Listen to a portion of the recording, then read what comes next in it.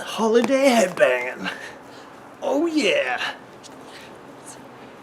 Not many games let you headbang at Christmas time.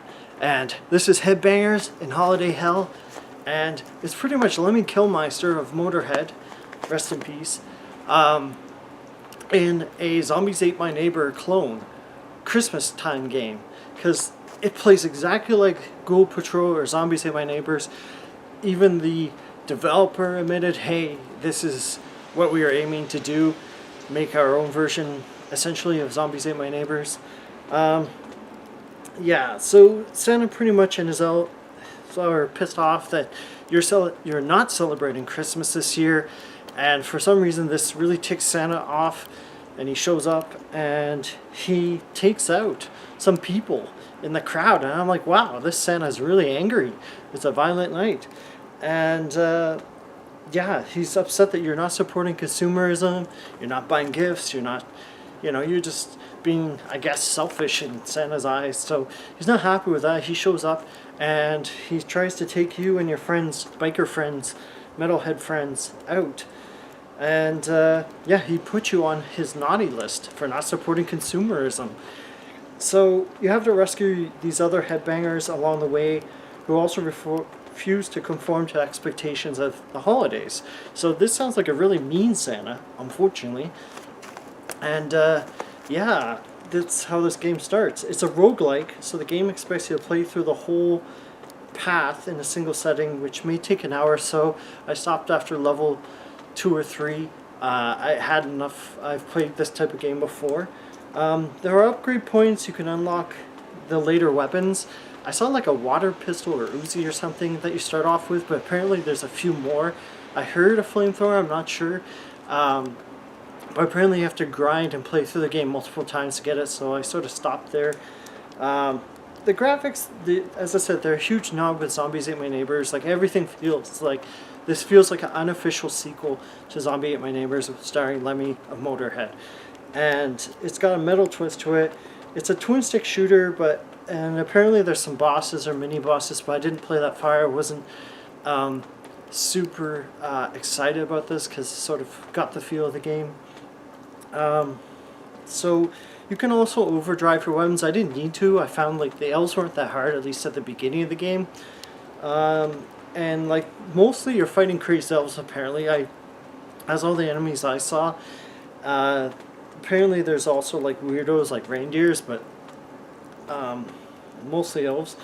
The music kind of gets repetitive and it seems to be the same for the first few levels, so that's something that would be great to improve. Even like generic Christmas music or metal Christmas music would be more interested in having the same track.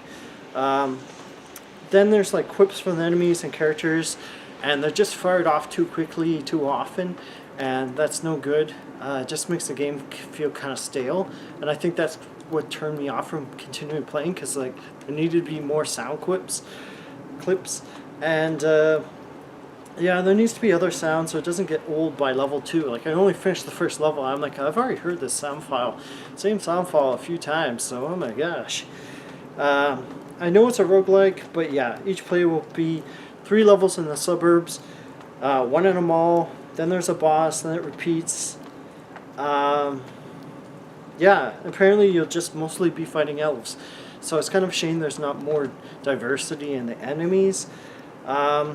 But yeah, it's just, the game really needs adjustable difficulty levels. I know it's a roguelike, but still, like, it seemed really easy at the beginning. I don't know if it gets a lot harder. I just didn't stick around long enough to sort of see.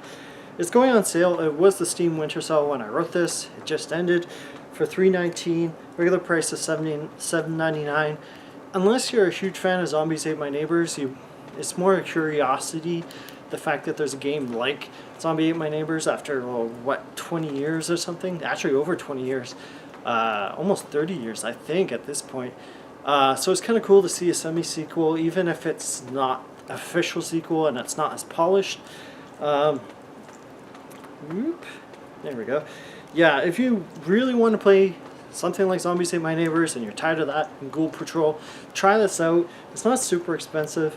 It's similar but different, but it's not as diverse and you know, there's not as many homages to like zombies, the horror genre in general.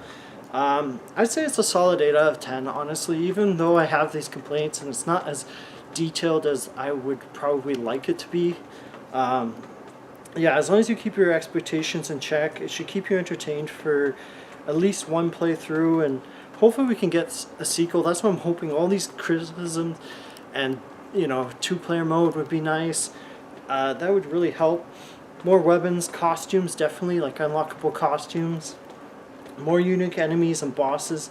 You know, this is an interesting formula that would really need a sequel. So hopefully Headbangers Holiday, yeah. Yes, Headbangers and Holiday Hell gets a sequel. I think it's worth it. I just feel like not many people know about this. So keep on headbanging and keep on gaming. Ciao.